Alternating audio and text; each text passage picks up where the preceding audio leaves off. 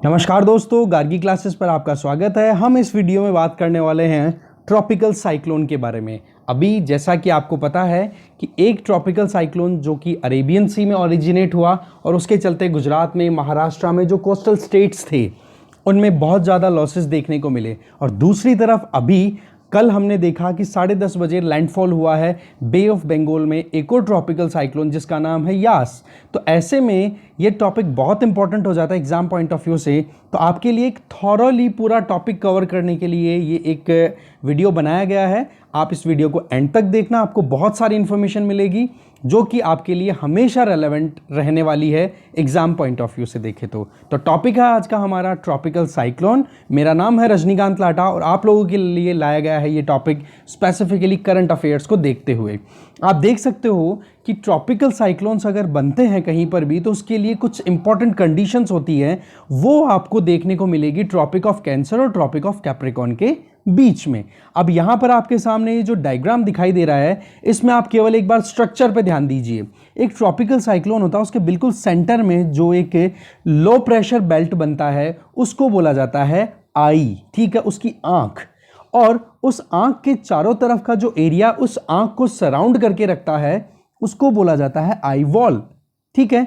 इसमें आप देखोगे ये अलग अलग बैंड्स दिखाए गए हैं। इन बैंड्स को रेन बैंड्स भी बोला जाता है। इसका मतलब ये हो गया कि आंख वाला जो हिस्सा है वो तो देखो बिल्कुल काम रहता है, एकदम शांत हवा का, पर हवा जहां शांत है उसके चारों तरफ की जो आई वॉल है वो बहुत ज्यादा वायलेंट होती है। इस वॉल के चपेट में अगर कोई भी चीज आ जाती है, चाहे वो पेड़ हो, चाहे बिल्डिंग्स हो, कुछ भी हो, उसको तहश नहश कर देता है।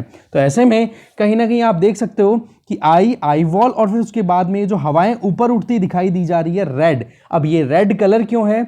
इसकी वजह है सीधी सी बात है कि हवाएं गर्म हैं। हवाएं गर्म हैं, नीचे ओशन है, इसका मतलब हवाओं में मॉइस्चर कंटेंट है और ये मॉइस्चर कंटेंट ऊपर जाएगा जैसे जैसे ही क्या होगा, टेम्परेचर डाउन, टेम्परेचर फॉल हो जाएगा। और टेम्परेचर फॉल होने की वजह से क्या हो जाएगा, वहां पर कंडेंसेशन, और उस कंडेंसेशन के बाद में वहां पर बनने शुरू हो जाएंगे क्लाउड्स, और क्लाउड्स के रिजल्ट के तौर पे बननी शुरू हो जाएगी बारिश। और जहां जहां पर भी आप रेनफॉल देख रहे हो, ये ब्लू वाली जो लाइन दिखाई दे रही है ये है रेन बैंड्स, ओके।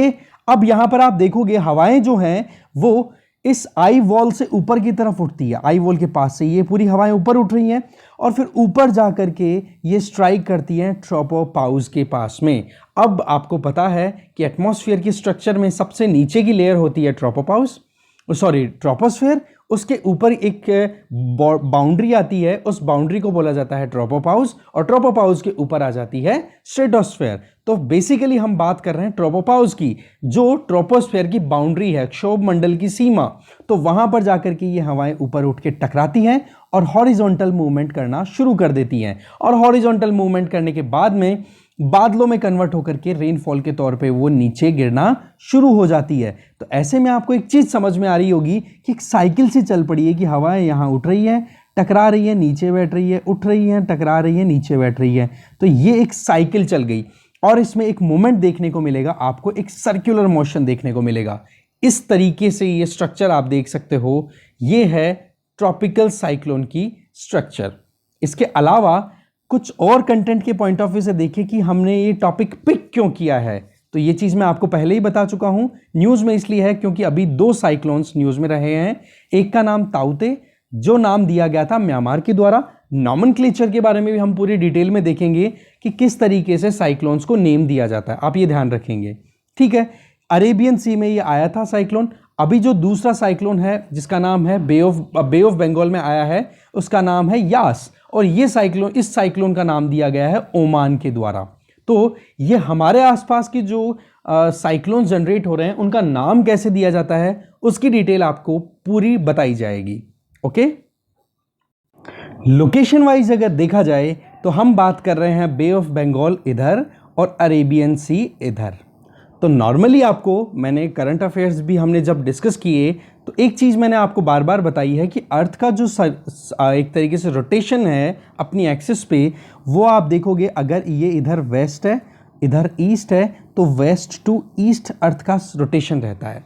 तो ऐसी कंडीशन में आप देखो कि अर्थ रोटेट कर रही है इस डायरेक्शन में, तो हवाओं की डायरेक्शन क्या होगी, नेचुरली इस डायरेक्शन में, ईस्ट टू वेस्ट।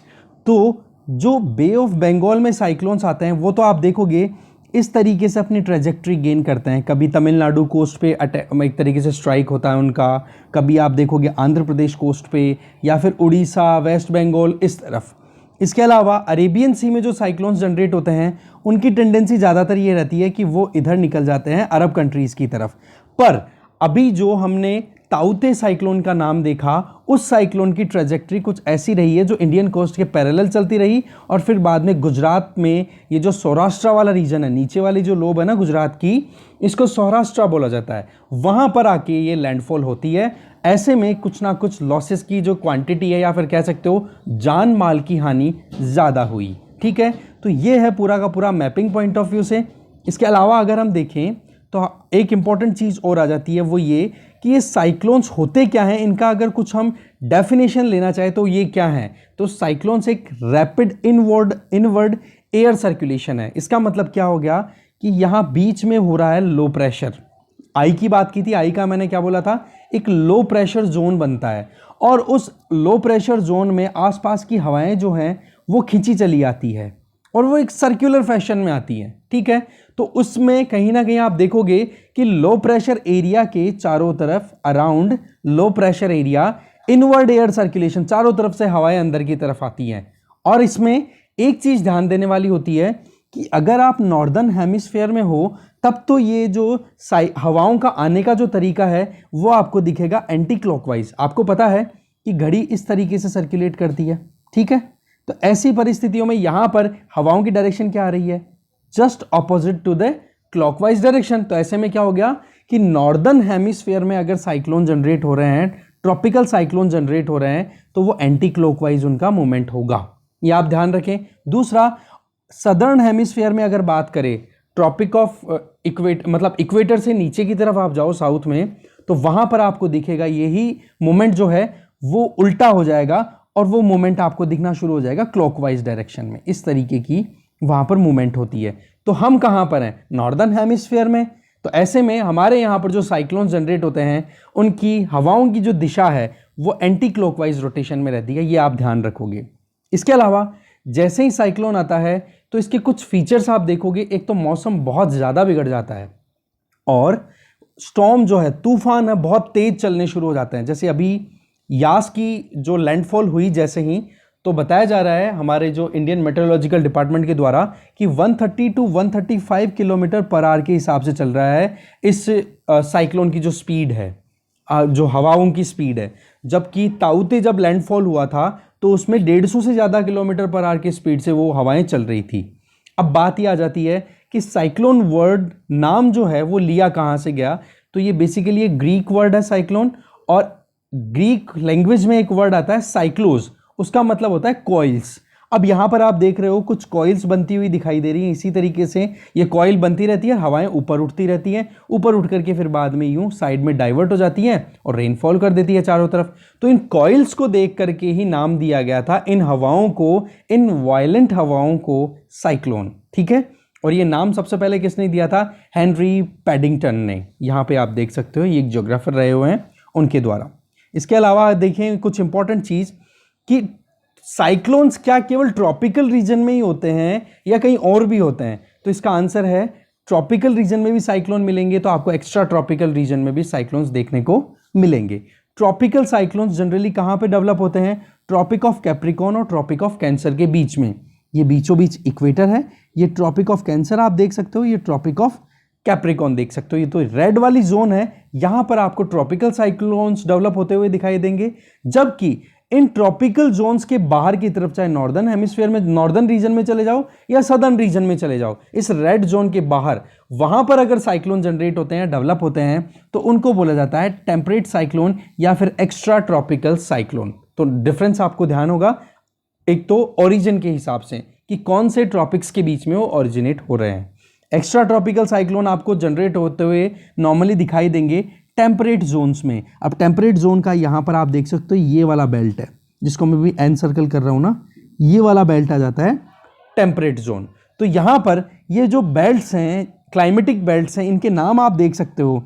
रेड वाला ये नॉर्दर्न ट्रॉपिक रीजन है, ये सदर्न ट्रॉपिक रीजन है। इसके बाद में ये ब्लू में जो वर्ड्स लिखे हुए हैं, लेटर्स हैं यहाँ पे, ये हो गया टेम्परेट रीजन। टेम्परेट और ट्रॉपिक के बीच का होता है सब ट्रॉपिकल, ठीक है, सब ट्रॉपिकल। और उससे बाद में और ऊपर चले जाओगे, अगर टेम्परेट से नॉर्थ में और टेम्परेट से साउथ में, बिल्कुल पोलर रीजन में, तो वहां पर वो जोन हो जाती है फ्रीजिड जोन, ठीक है। वहां पर हमेशा मतलब पानी जो है वो लगभग आपको थ्रू आउट ईयर जमा हुआ ही मिलेगा, बर्फ के रूप में ही मिलेगा। तो ऐसे में अभी हम जो बात कर रहे हैं, हमारा जो रीजन ऑफ इंटरेस्ट है वो है ये वाला एरिया, ठीक है। आगे चलते हैं। अब बात आ जाती है एंटी साइक्लोन्स की। जैसा कि हमने पहले ही थोड़ा आइडिया ले लिया कि एंटी साइक्लोन्स जो हैं वो साइक्लोन्स के जस्ट ऑपोजिट बिहेवियर शो करेंगे। कैसे? साइक्लोन का हमने क्या देखा कि इनवर्ड सर्कुलेशन रहता है। अगर नॉर्दर्न हेमिस्फीयर में आप हो तो वहां पर साइक्लोन की जो साइकिल है वो आपको इस तरीके की दिखेगी। जो इनवर्ड एयर मोशन है वो एंटी क्लॉकवाइज रहेगा, जबकि ये ही नॉर्दर्न हेमिस्फीयर में साइक्लोन की बजाय एंटी साइक्लोन में जाओगे तो कंडीशन जस्ट ऑपोजिट मिलेगी। कैसे? साइक्लोन में हमने देखा यहां पर लो प्रेशर था, तो एंटी साइक्लोन में आपको सेंटर में हाई प्रेशर दिखेगा। अब अगर सेंटर में हाई प्रेशर है, इसका मतलब हवाएं बाहर की तरफ निकलेगी, ठीक है, हवाएं बाहर की तरफ निकलेगी। तो एक तो अपोजिट ये चीज हो गई। दूसरी चीज यहां पर देखने को मिलेगी, मतलब यहां पर तो लो प्रेशर है सेंटर में साइक्लोन में और हवाएं अंदर की तरफ आ रही हैं, और यहां पर आप देख सकते हो कि सेंटर में हाई प्रेशर है और हवाएं बाहर की तरफ निकल रही है। तो इसी चीज को ध्यान में रखते हुए आप इस टेबल को थोड़ा समझें। तो प्रेशर सिस्टम मतलब आप बात कर रहे हो साइक्लोन या एंटी साइक्लोन। साइक्लोन में सेंटर में होता है लो प्रेशर, जबकि एंटी साइक्लोन में हाई प्रेशर होता है। अगर साइक्लोन नॉर्दर्न हेमिस्फीयर में जनरेट हो रहा है, नॉर्दर्न हेमिस्फीयर में डेवलप हो रहा है, तो वहां पर आपको हवाओं की जो इनवर्ड मूवमेंट है वो एंटी क्लॉकवाइज दिखेगी। अगर वही साइक्लोन सदर्न हेमिस्फीयर में डेवलप हो तो वहां पर आपको क्लॉकवाइज मूवमेंट देखने को मिलेगा हवाओं का। जस्ट ऑपोजिट अगर एंटी साइक्लोन की बात की जाए, जिसमें कि सेंटर में हाई प्रेशर रहेगा, वो अगर नॉर्दर्न हेमिस्फीयर में डेवलप हो रहा है तो वहां पर आपको हवाओं की डायरेक्शन दिखने को मिलेगी क्लॉकवाइज। और जबकि साउथ में आप चले जाओगे सदर्न हेमिस्फीयर में, तो वहां पर डायरेक्शन हो जाएगी एंटी क्लॉकवाइज। इसका एक कोड बता देता हूं मैं, ANC। इसका मतलब ये हो गया anti cyclone in northern hemisphere, उसकी डायरेक्शन हो जाएगी क्लॉकवाइज, ANC। समझ गए? एंटी साइक्लोन अगर नॉर्दर्न हेमिस्फीयर में बन रहा है तो वहां पर हवाओं की डायरेक्शन हो जाएगी क्लॉकवाइज। अगर आपने ये ANC की कोडिंग समझ ली तो अब आपके लिए टेबल याद करना बड़ा आसान है। एक बार ध्यान से देखेंगे अच्छे से समझ में आएगा। आगे अगर चलें तो अगर हम यहां पर देखें कि साइक्लोन जो है वो कहीं ना कहीं हमारे यहां पर डेवलप क्यों होते हैं, इसके पीछे वजह है कुछ फेवरेबल कंडीशंस का वहां पर मिलना। तो साइक्लोन का ओरिजिनेट होना, उसका इंटेंसिफाई होना और ज्यादा स्ट्रॉन्ग होना, उसके पीछे कुछ इंपॉर्टेंट कंडीशंस हैं जो कि एग्जाम पॉइंट ऑफ व्यू से बहुत इंपॉर्टेंट है, general studies point of view से बहुत इंपॉर्टेंट है। नंबर 1, एक बहुत बड़ा ओशन या फिर बहुत बड़ा सी सरफेस होना चाहिए जिसका टेम्परेचर आपको 27 डिग्री सेंटीग्रेड से ज्यादा मिले, कम ना हो। एक तो ये कंडीशन है। दूसरा, पानी का टेम्परेचर सरफेस का। दूसरा, वहां पर कोरियोलिस फोर्स की प्रेजेंस होनी जरूरी है। कोरियोलिस फोर्स ये एक वर्चुअल या फिर आप कह सकते हो इमेजिनरी फोर्स है जो आपको फील होता है, आप देख नहीं सकते हो। वो कब? कि जब कभी भी आप अगर मान लो आप अर्थ पर हो, अर्थ सरफेस पे अभी हो और आप अभी बैठे हो नॉर्दर्न हेमिस्फीयर में, और आपकी फेस जो है वो किसी भी तरफ ले लो, साउथ की तरफ दिखा दो, अपना फेस साउथ की तरफ कर लो या नॉर्थ की तरफ कर लो। तो ऐसे में मानो कि आपके पीछे से अगर हवाएं आती हैं तो वो हवाएं जो है वो आपको राइट हैंड की तरफ धकेलेंगी, आपके राइट हैंड की तरफ धकेलेंगी। तो वो जो पीछे से आपको फोर्स जो एक कहता है ना इमेजिनरी फोर्स जो आपको फील होता है अर्थ के रोटेशन की वजह से, उसको कोरियोलिस फोर्स बोलते हैं। ये कोरियोलिस फोर्स की जो वैल्यू है वो पोलर रीजन में आपको हाईएस्ट मिलेगी, इक्वेटर पे आपको मिलेगी लोवेस्ट। तो ऐसे में इक्वेटर पे लोवेस्ट है, या लोवेस्ट का मतलब यहां पे जीरो होता है, लगभग ऑलमोस्ट जीरो कोरियोलिस फोर्स। तो ऐसे में इक्वेटर के ऊपर साइक्लोन जनरेट नहीं हो पाते। ये ध्यान रखेंगे आप कि इक्वेटर पे साइक्लोन जनरेट क्यों नहीं होते, क्योंकि वहां पर कोरियोलिस फोर्स अवेलेबल नहीं है।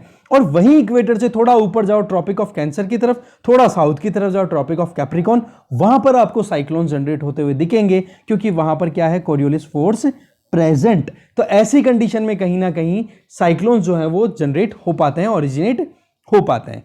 तीसरी इंपॉर्टेंट कंडीशन यहां पर आ जाती है small variation in vertical wind speed. मतलब हवाएं जो सरफेस से उठ करके बिल्कुल आकाश की तरफ उठ रही हैं, तो वहां पर विंड स्पीड में ज्यादा वेरिएशन नहीं आएगा।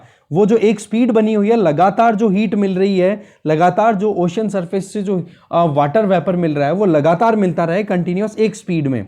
तो ये चीज इंश्योर करनी जरूरी है। इसके अलावा चौथी इंपॉर्टेंट चीज है कि लो प्रेशर एरिया वो होना चाहिए। इसका मतलब क्या हो गया, देखो हमने देखा साइक्लोनिक सर्कुलेशन की बात की, सेंटर में हम क्या बोल रहे हैं, लो प्रेशर बनना चाहिए। तो वो जो बेल्ट है ना, वो लो प्रेशर एरिया होना चाहिए। तो ट्रॉपिकल रीजन जो है ना, जिसकी हम बात कर रहे हैं अभी, वो लो प्रेशर रीजन है। मतलब वहां पर टेम्परेचर नॉर्मल कंडीशंस में ज़्यादा है, और जहां पर टेम्परेचर ज़्यादा होता है वहां पर हवाएं हल्की होती हैं, और हवाएं हल्की होने के चक्कर में वो ऊपर उठती हैं, तो ऐसे में नीचे हो जाता है लो प्रेशर कंडीशन। तो ये इंपॉर्टेंट चीज़ है। और पांचवी जो इंपॉर्टेंट कंडीशन है जो कि फेवर करती है ट्रॉपिकल साइक्लोन्स को, वो है अपर लेयर पे जो एक डाइवर्जेंस होता है वो देखने को मिलता है, जो कि हमने अभी देखा कि ट्रोपोपाउस के ऊपर हवाएं जा नहीं सकती हैं। तो ऐसे में हवाएं सी सरफेस से ऊपर उठेगी और डाइवर्ट हो जाएंगी दोनों तरफ। तो ये जो डाइवर्जन है ना हॉरिजॉन्टल, ये होना जरूरी है। तो ये 5 इंपॉर्टेंट कंडीशंस हैं, इन पे बेस्ड आपसे क्वेश्चन पूछे जा सकते हैं, ध्यान रखोगे आप इनका। साथ में आपके पास में इधर लेफ्ट में मैप भी है, इस पर भी नजर डाल लेते हैं कि इंडिया की अगर कोस्टल लाइन की बात करें तो 7,516 किलोमीटर है मेनलैंड। ओके, अब इसमें आप देखोगे मेनलैंड मिला करके मेजरली, तो इसमें 76% जो कोस्टल लाइन है हमारी, वो साइक्लोन्स के लिए प्रोन है, सुनामीज के लिए प्रोन है। मतलब यहां पर बहुत ज़्यादा डिजास्टर प्रोन एरिया है, यहां पर हैबिटेशन रिस्क से खाली बिल्कुल भी नहीं है। ये चीज़ यहां पे हमें क्लियर होती है। अब बात कर लेते हैं ये ट्रॉपिकल साइक्लोन्स हैं, ये ओरिजिनेट कैसे होते हैं। तो आपके सामने हम यहाँ पर 3 स्टेजेस देख रहे हैं। इनिशियल स्टेज देखेंगे। इनिशियल स्टेज में आप यहाँ पे ध्यान दो कि यहाँ पे 26 डिग्री, आप इसको 27 डिग्री मान के चलना, क्योंकि एनसीईआरटी में 27 डिग्री दिया हुआ है, तो हमें तो एनसीईआरटी को ही फॉलो करना है, ध्यान रखें आप, ठीक है। तो आप देखोगे वाटर इवेपोरेट हो रहा है, हीट ले रहा है, और वो हीट ऊपर जैसे ही उठ रही है, तो ऐसे में mass of cold air create हो रहा है। जैसे ही ऊपर आप ऊपर गए, ये हवाएं ऊपर उठी, ट्रोपोपाउस से स्ट्राइक कर गई और वहां पर ठंडी हुई, तो क्लाउड्स बनने शुरू हो गए, ठीक है, पहली कंडीशन। तो इनिशियल स्टेज में आप यही देखो कि इनिशियली साइक्लोन जो है वो ट्रांसफर ऑफ वाटर वेपर और हीट के चलते डेवलप होता है, जिसमें सी सरफेस से जो है वो इवेपोरेशन की प्रोसेस कंटिन्यू रहती है, जिसमें पानी जो है गर्म होकर के भाप बन के ऊपर उठता है। इससे क्या हो जाता है, एक वर्टिकल मूवमेंट आपको देखने को मिल रहा है हवाओं का नीचे से ऊपर की तरफ। तो ऐसे में क्या हो जाएंगे, क्यूमुलस, जिसको आप देखोगे जो क्यूमुलोनिम्बस क्लाउड वहाँ पे बनने शुरू हो जाते हैं, जो कि बहुत ज़्यादा वहाँ पर मॉइस्चर लिए हुए होते रहते हैं, क्योंकि नीचे से हवाओं से गर्म हवाएं ऊपर उठ रही हैं, तो उनमें मॉइस्चर कंटेंट भी रहता है। तो वर्टिकली क्या बनते हैं, बड़े बड़े क्यूमुलस क्लाउड्स बनने शुरू हो जाते हैं, जिसके पीछे एक तो वजह है कन्वेक्शनल जो मूवमेंट हो रहा है इस वाटर वेपर का, जो कि सरफेस से उठ करके ऊपर की तरफ जा रही है, और जब ऊपर जाकर के ट्रोपोपाउस के पास में जाकर के अपनी हीट लूज कर रही है वही वाटर वेपर, तो वहां पर कंडेंसेशन होता है, तो इसके चलते वहां पर क्लाउड्स बनने शुरू हो जाते हैं। तो ये हो गया इनिशियल स्टेज। इस स्टेज के ऊपर ही इंडियन मेट्रोलॉजिकल डिपार्टमेंट को आइडिया लगना शुरू हो जाता है कि कुछ ना कुछ वहां पर एक्टिविटीज हो रही है, चाहे अरेबियन सी में हो रही हो, चाहे बे ऑफ बंगाल में हो रही हो। तो ये हो गई स्टेज ऑफ फॉर्मेशन में इनिशियल स्टेज। दूसरी स्टेज आप देखोगे मैच्योर स्टेज जिसको बोलेंगे, उसमें ये हवाएं सर्कुलेट होना शुरू हो जाएगी, क्योंकि कोरियोलिस फोर्स जो है वो असर दिखाना शुरू कर देगा, और बहुत सारे छोटे छोटे लो प्रेशर ग्रुप वाले लो प्रेशर ग्रुप मिलकर के और एक बड़ा सारा एक लो प्रेशर आई बना लेते हैं, जो हमने अभी देखा डायग्राम में, और उस आई के चारों तरफ फिर मूवमेंट होनी शुरू हो जाती है हवाओं की, और ये मूवमेंट आपको देखने को मिलती है जो कि बहुत ज़्यादा डिवास्टेटिंग होती है। फिर उसके बाद में थर्ड स्टेज जब होती है, उसमें आप देखोगे साइक्लोन जो है वो धीरे धीरे डिके करना शुरू होता है। और डिके कैसे करेगा, या तो मान लो डिके करने की एक ही वजह है, उसकी मेन वजह है कि इसको सप्लाई जो वाटर वेपर की है या हीट की है वो बंद हो जाए। वो कैसे हो सकती है, नंबर 1 कि अगर ये साइक्लोन जो है वो जमीन के ऊपर लैंडफॉल हो जाए, इसका मतलब ओशियन से मूव करता करता लैंड पे चला गया, तो वहां पर कौन सी वाटर बॉडी है बड़ी सारी, तो ऐसे में वो डिके कर जाएगा। या फिर कोई ठंडी वाटर बॉडी के ऊपर वो पहुंच जाए जहां पर हीट इतनी ज़्यादा नहीं है, टेम्परेचर जो हमने देखा ना 27 डिग्री सेल्सियस, उससे नीचे टेम्परेचर है, तो ऐसे में फिर वहां पर वो साइक्लोन डिके करता करता खत्म कर जाता है। ठीक है, तो ये 3 स्टेजेस हैं। फर्स्ट स्टेज आपके सामने है।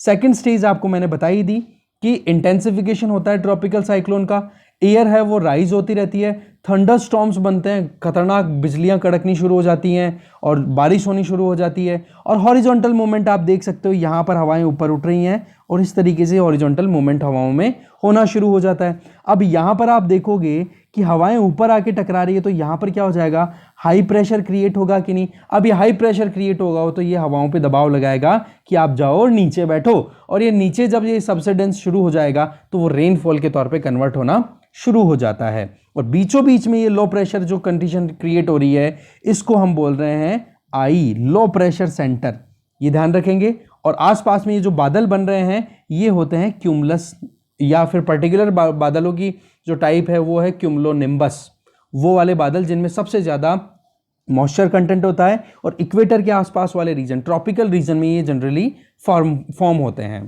ठीक है, थर्ड स्टेज, फाइनल स्टेज की बात करें तो जैसे ही साइक्लोन का लैंडफॉल होता है तो वीक होना शुरू हो जाता है, जो हीट और मॉइस्चर की जो सोर्स है वो धीरे धीरे घटना शुरू हो जाता है, तो ऐसे में ये कहीं ना कहीं वो ख़त्म होना शुरू हो जाएगा या ख़त्म हो जाता है। इसकी वजह क्या हो सकती है, या तो वो लैंडफॉल हो जाए, ज़मीन पे मतलब मूव कर जाए ये साइक्लोन वाटर बॉडी से, तो वहाँ पर मॉइस्चर कहाँ, दूसरी कोल्ड वाटर बॉडी पे अगर चली जाएगी तो वहाँ पर हीट कहाँ, तो ऐसे में दोनों कंडीशन में ये साइक्लोन जो है वो मॉडिफाई होकर के डिके कर जाता है।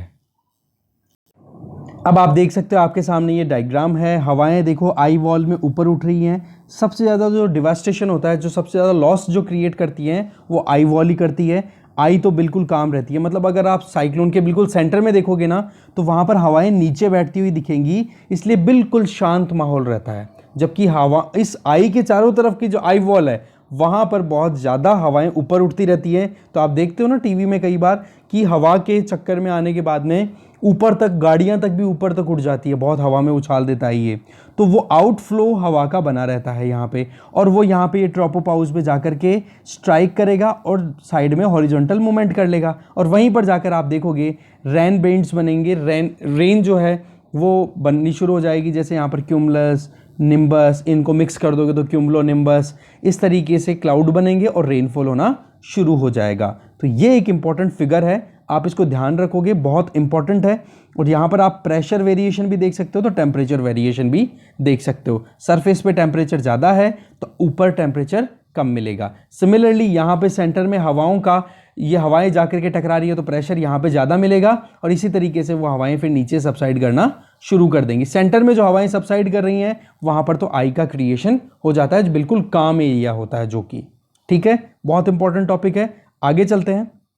अब आप देखोगे कि कुछ और इंपॉर्टेंट इन्फॉर्मेशन हमारे लिए रहती है, जिसमें एक तो ये कि अलग अलग रीजन्स ऑफ द वर्ल्ड में क्या क्या नामों से जाना जाता है इन ट्रॉपिकल साइक्लोन्स को। देखो यहाँ पर आपके सामने अमेरिकाज जो हैं उनके दोनों तरफ आप देखोगे तो इन ट्रॉपिकल साइक्लोन को हरिकेन बोला जाता है।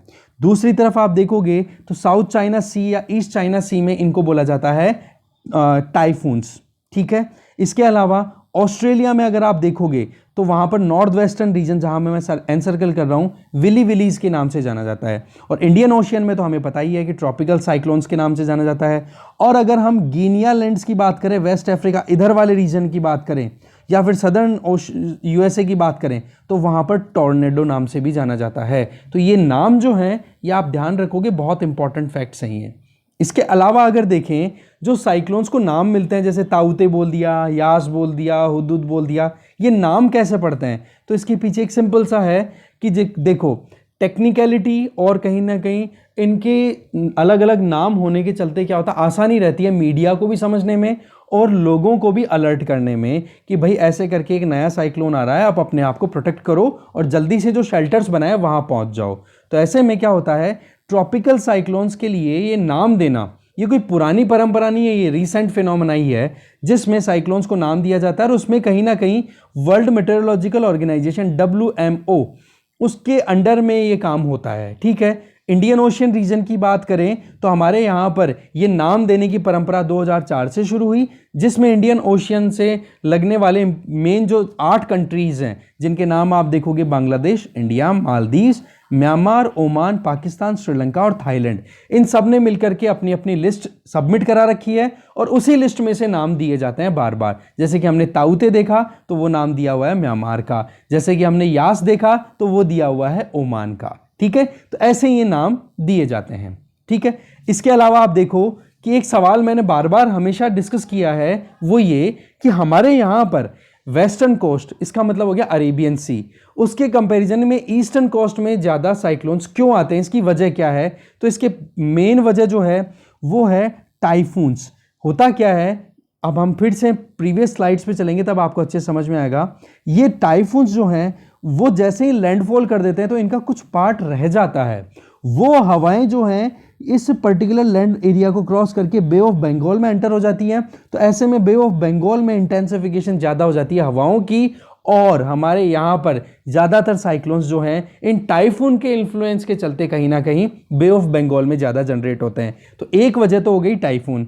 दूसरी वजह क्या हो जाती है कि कहीं ना कहीं अरेबियन सी जो है वो बे ऑफ बंगाल के कंपैरिजन में थोड़ा ठंडा है, तो इस ठंडे होने के चक्कर में क्या हो जाता है, अब आपको बता ही दिया कि जहां पर ज़्यादा हॉटनेस रहेगी, टेम्परेचर वार्मनेस ज़्यादा है, टेम्परेचर ज़्यादा है, वहां पर साइक्लोन ज़्यादा जनरेट होने के चांसेस रहते हैं। तो आप देखोगे कि कहीं ना कहीं हमारे यहाँ पर जो साइक्लोन्स है वो बे ऑफ बंगाल में जनरेट ज़्यादा होते हैं। अच्छा, दूसरी वजह यहाँ पर बताई जा रही है कि ज़्यादा लॉसेस जो हैं वो बे ऑफ बंगाल में ओरिजिनेट होने वाले साइक्लोन्स करते हैं। उसकी वजह क्या है?